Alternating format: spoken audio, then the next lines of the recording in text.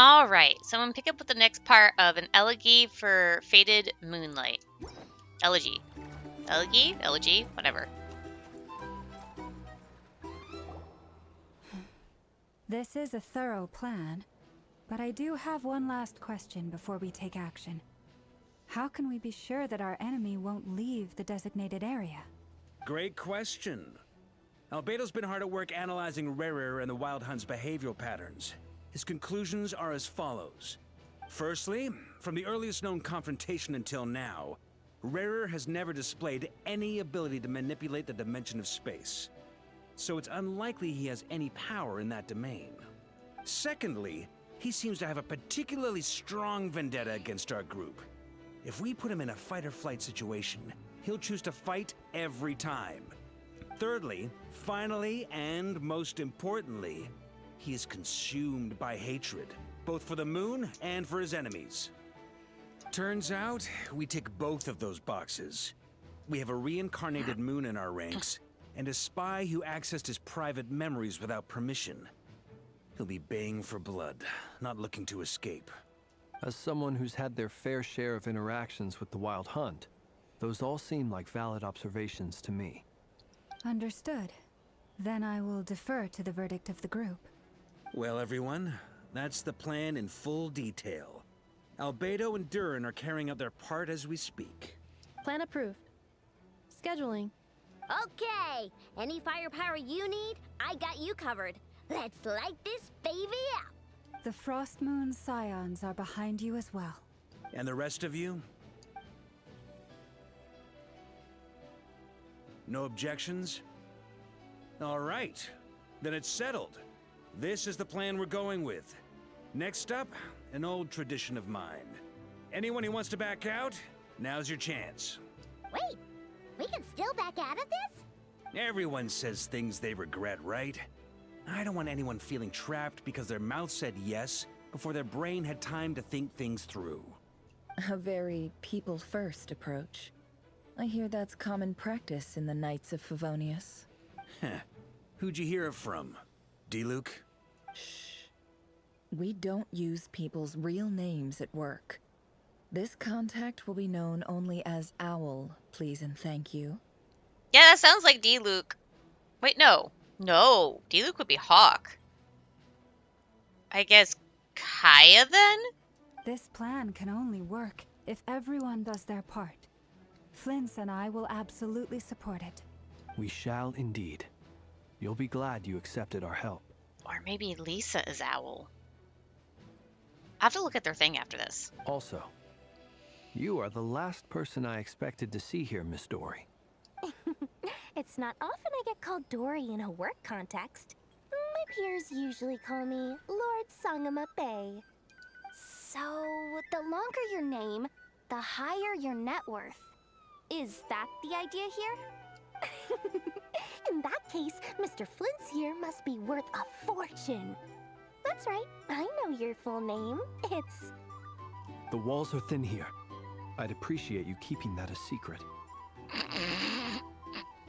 That means that she probably also knows what he is. Okay, fine. I'm actually only here as a favor for someone else. Do you have any idea how much it would cost to hire me otherwise? Oh, does this mean someone out there actually has the power to boss Dory around? It most certainly does not. We have a long-standing and mutually beneficial business partnership. She's actually the mom of a friend of yours.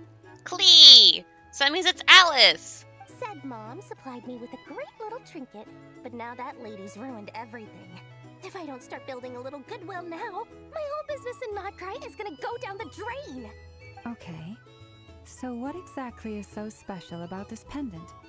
It's a lucky charm that a great mage made for me. We have a business relationship, and she was worried that something bad might happen to me. So, she wanted me to have something that can store power to protect myself with. Which Nefer just used. I finally got it all fully charged up with Kuvaki, and then Nefer went and used it all up at once! Never lost so big in my life! You're right. It was all my fault. I didn't mean to drain all the Kuvaki in the pendant, but I'll make it up to you. You will? case, how about you give me your chess set? And we call it even. I knew you'd say that. Well, it's yours if you want it. In fact, take it now, and I'll even throw in a free Raker of Solnari. Deal? You're putting me in a difficult position here. It's a very useful thing to have around, but I have a funny feeling it won't be around much longer. I guess we'll see in a couple of days. Looks like bankruptcy for me. Hey, don't be so pessimistic. See this through and you never know. You might find a new business opportunity on the other side.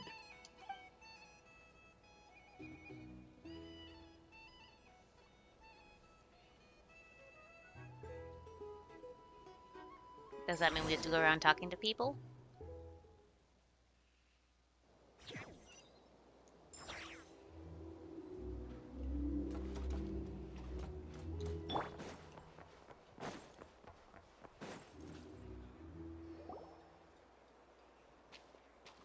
Dory, how are things going?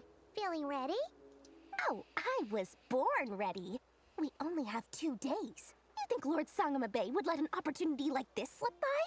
Don't forget, when something's in high demand, the people with the goods on hand get to charge the highest price of all. Even higher than the sellers taking advance orders. Ta-da! See? It's right here. The fuck is that thing? Ah, it's so pretty. Did you make it? I had no idea you were so skilled with your hands. No, I have a supplier. We go way back, so he made me a very attractive offer. Aha! No wonder you were talking about lucky charms at the meeting. You've been getting Kave to make them for you. That's not the full story. It actually started a while back as a project between me and the Dendro Archon. Mage Alice once warned me that this world won't stay safe forever. There may come a day when everyone faces a great crisis. I passed this on to the Dendro Archon, and she secretly brought together a research team made up of Sumeru's top scholars to invent a technology that could keep people safe. I won't go into the details because it's all very complicated, but if you want to know more, you can ask the Dendro Archon about it sometime. Anyway, point being, it was the Dendro Archon who asked Kave to build this little contraption. As one of the top Kasharawar talents, he was the obvious choice. Took him long enough. He stressed over it for ages. Must have gone through at least a dozen designs before producing a final product. But that's Kave for you. Marak delivered it to me a couple of days ago, along with a letter from Kave. Could I ask why I'm sending this technology to you? And what's your proposed use case? Has it been approved by the relevant authorities? This place has no authorities. So nosy. My fault for sending him the research permit to begin with. Surely Nahida must have told him you were involved in this project. He was probably just nervous because you're always so secretive about your business. Could be, could be. Anyway, I just replied, let's hope there never has to be a use case, because it would involve grave danger. Fair enough. But it sounds like he was just being cautious. He probably felt responsible as the one who made it. Or maybe he was asking as a favor for his housemate. He's done that before. Not sure why, though. His housemate doesn't seem to really care that much about this kind of stuff. Either way, all's well that ends well. I'm just glad to finally have my hands on the product. I wouldn't want to be without it, given the potential dangers that lie ahead. Huh? What does that look mean? Paimon's just super surprised. This must be the first time we've ever seen you actually get serious about something. This is not the Lord Shangama Bay we're used to. Well, a long time ago, I made a promise to myself. I promised that I was gonna live every day of my life with a big beaming smile. Obviously, Mora plays a big part in that. But there are always gonna be times in life when you have to give something back. That could mean paying back a debt, returning a favor, or showing some kindness. Alice has been a huge help to me over the years. She was the first investor I ever had. And I want my investors to know that Lord Sangamabe is the best in the business. And more than that, no one knows what the future will bring. Whatever happens, I want to make sure the Dendro Archon and all of Sumeru is prepared to face whatever comes. So, back to the pendant. You never intended to ask for it back, did you? Oh, that? I was just making sure Nefer and I are square. Don't be thinking it was some sort of benevolent act. I'm no saint, so don't treat me like something I'm not. My priority is doing the business that I want to do. So long as my conscience lets me, but it usually does. That's the Lord Sangamabe business model. Alright, if you say so. I do say so, and that's the whole point. I'm a businesswoman. Don't go trying to figure out what kind of person I am. You'll exhaust yourself. Much easier for everyone involved if you just take my word for it. Oh, and could you two help me get this stuff where it needs to be? Thanks so much. You're my favorite assistants.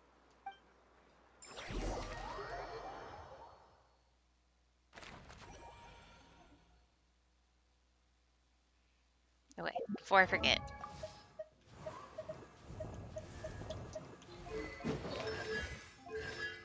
Oh, he is the owl. Okay.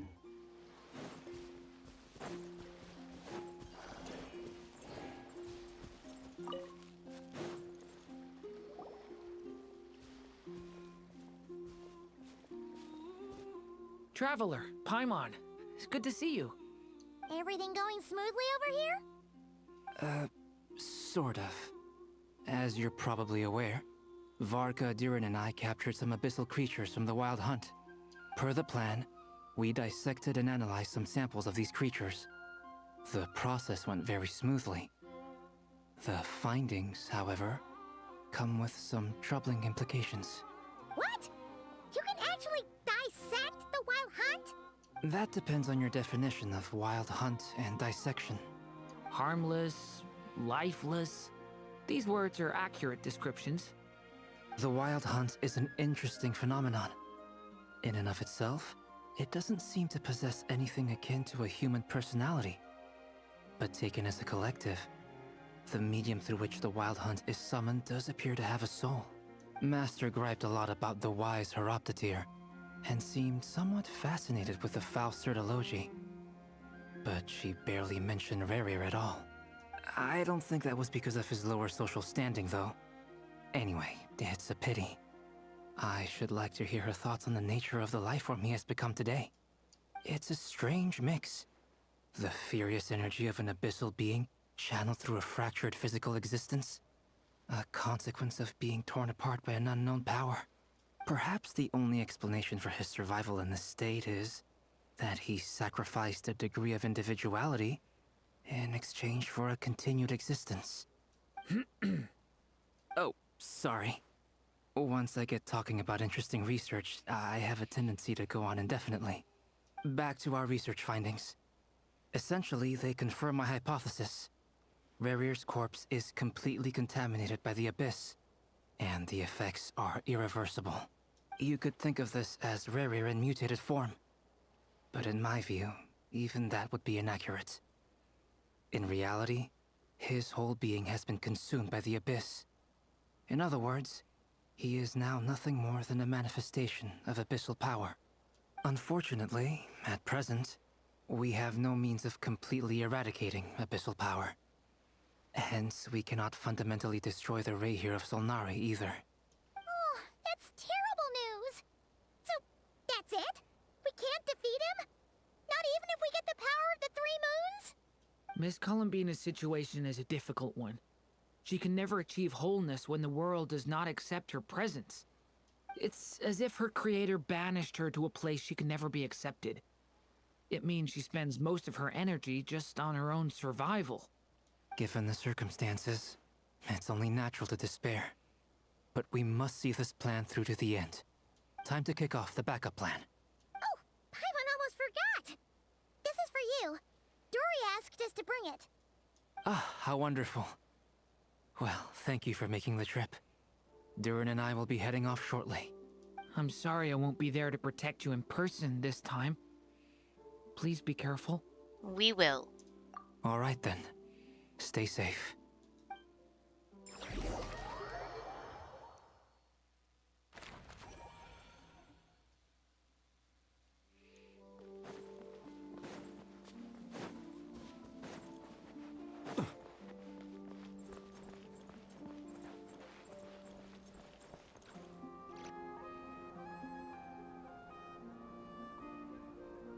Miss Lauma, is everyone here?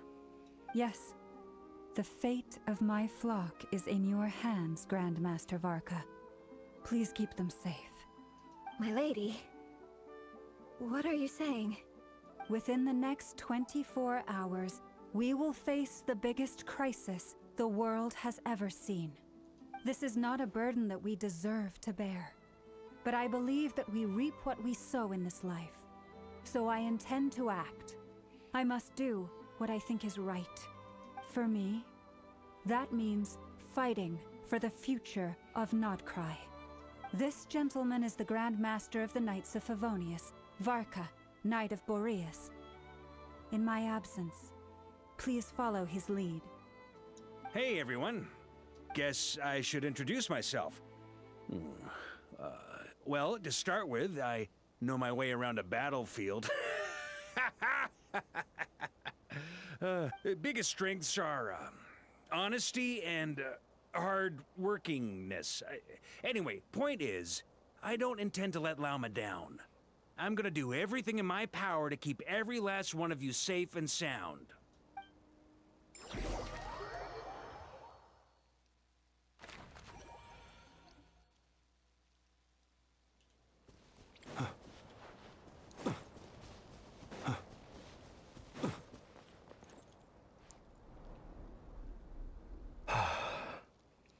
Something on your mind? Miss Columbina, was it? I believe that's how the others addressed you. That's right. Names are funny things. Have you always been called Dainsleif? Yes. I take it your own name has a more complicated history. I have a different relationship with names than other people. To be honest, I'm not even sure that Columbina is my name. At least, not in the same way that Dainsleif is yours. But it's what everyone calls me, and I go along with it. A lot of my life has been that way. I get so used to things that I forget to question why they are so. I never used to think much about where names come from, or what they mean to people. Maybe something's wrong with me. You're different from other people. I sensed it the first time we met. You're more perceptive than most. I'm sure your long life and rich range of experience explains that.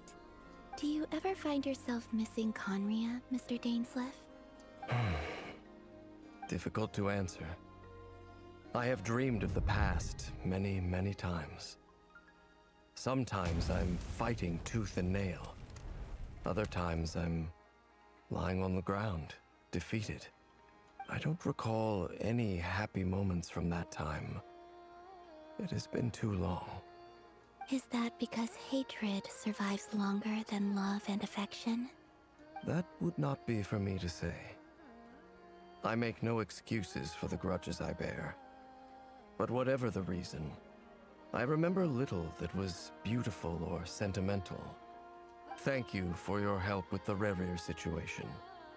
Without your efforts, I never could have learned the hidden truth of his story. You're welcome. I know he's your friend. Friend? He betrayed me. And I never really understood what he was going through in life. Some friendship, that is. Okay. So, do you plan to fight him with us? You see, you're torn. Now you know what really happened. You see the things he's done in a new light. I need some time. Of course. I completely understand. Anyone else in your position would feel conflicted too. Actually, I went through something similar myself recently. Something happened that changed my perspective on a situation. A situation I took for granted at the time, but now I feel very grateful for it. You mean the Harbingers who still support you, even though you've left the Fatui? Yes. I always thought they were only helping me because Harbingers are forced to work together. But then I abandoned them. A warrant was even put out for my arrest. And even now, they still support me. Which means I was wrong about them all along. Clearly, they view you as a friend. I feel a little guilty now. I regret not seeing her help for what it was, and not treasuring it. I see the guilt that you're feeling now, because I feel it too. Hopefully, talking about it will do us both some good. Have you noticed that the Traveler and Paimon are over there? I think they've been listening. Huh. Shall we say hello? Sure. Hello. Ah! They caught us! I'm sorry. We were just concerned about you.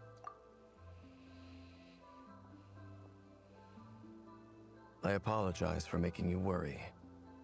No doubt you wish to know where I stand on the plan to take down the Recher of Solnari. I'm afraid I need a little time, but I will seriously consider joining you. You will? Oh, thank you so much! Everyone will be so grateful to hear that! They needn't be.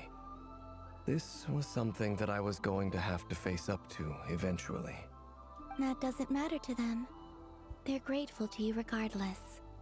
You can't control their gratitude, so just accept it. And then, have a think about whether you're willing to join us.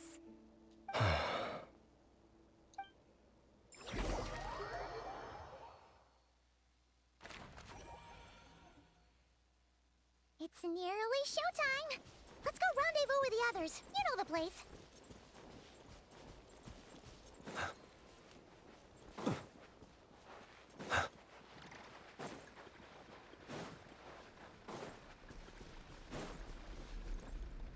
Is this a part where I should split it up? Yeah, I'm gonna go ahead and split it up here. So that's gonna be it for now, and I'll see you guys later.